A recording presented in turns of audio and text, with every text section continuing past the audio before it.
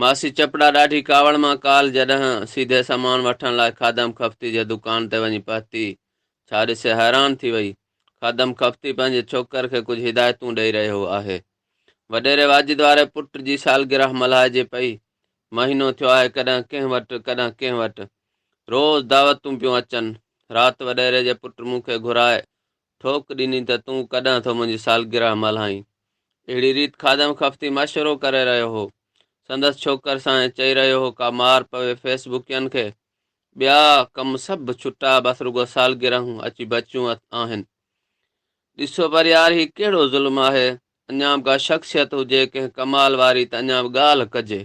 न मोह न मोहंडो, पर हिते त चरखो ई ऊंधो। धणी पाण सदाए सालगिरह मल्हाइण लाइ चए पियो। बसि तोबह लॻी पई आहे। असां मिसकीननि लाइ वॾो आज़ार आहे।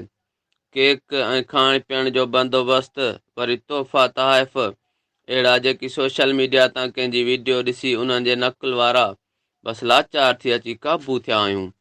नथा करियूं त टप ट्रेशन ते रखणा था पवनि। बसि मासी चपड़ा रोई चयाई पिए त पुट, वॾनि खां किरदारनि जूं वर्षूं त ॿुधंदा हुआसीं। बाबा मरिया कॾहिं कॾहिं नाला वठी उन्हनि अज़ीम शख़्सियतनि जूं ख़ूबियूं बयानु कंदो हो। पोइ अहिड़नि प्रोग्रामनि ते उन्हनि अज़ीम इंसाननि जूं ॻाल्हियूं ॿुधाए ॿियनि खे सबक़ु ॾिनो वेंदो हो। पर हिते अबू बसि मोह अछो करियो छॾीनि। केक अॻियां पियो आहे। बेकरी वारनि वरी कमाई लाइ बर्थडे जा केक ठाहिया आहिनि। हण लॻी पई आहे। अबे खे चवां, कल्ह मूंखे तोलू मोलू ॿई गॾिया पाण में बहस पिए कयूं। ऐं मथां पहुची वियसि। उन ई ॻाल्हि ते अटकी पिया त पहिरीं सालगिरह कंहिंजी कजे। मूं रड़ करे चयो, अव्हांखे ख़बर आहे त कहिड़े ॾींहुं जनमु थियो? चयऊं, असां काके लखाने खां पुछो, उन वराणियो त छप्पर वारे कहत में। मूं रड़ करे चयो, अबा, उन्हनि खे वॾो अरसो थियो। अव्हां जो ॾाॾो मरिया उन वक़्तु पैदा थियो हूंदो। अव्हां जी पैदाइश जी ॻाल्हि पियो करियां। ॿिन्ही चयो, मासी चपड़ा, फेसबुक में जेका तारीख़ अची वई इहा ई आहे। फेसबुक जो अकाउंट छोरे नाथन ठाहियो हो। उन ई वरी अबे में राहत वारी तारीख़ लिखी छॾी। जेको थो ॾिसे असुल में रुकेश ई नथो मोकिले। अञा तोलू 20 सालनि जो ॼाणायल आहे।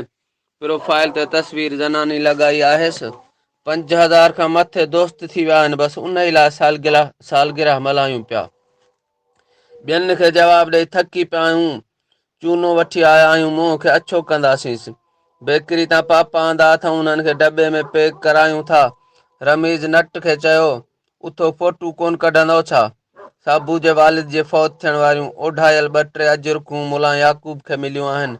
इहे खणी अचबियूं टमाटा टके धड़ी लॻा पिया आहिनि। उन्हनि जी चटणी पापनि ते हारबी मिड़ई जुगाड़ थी वेंदो।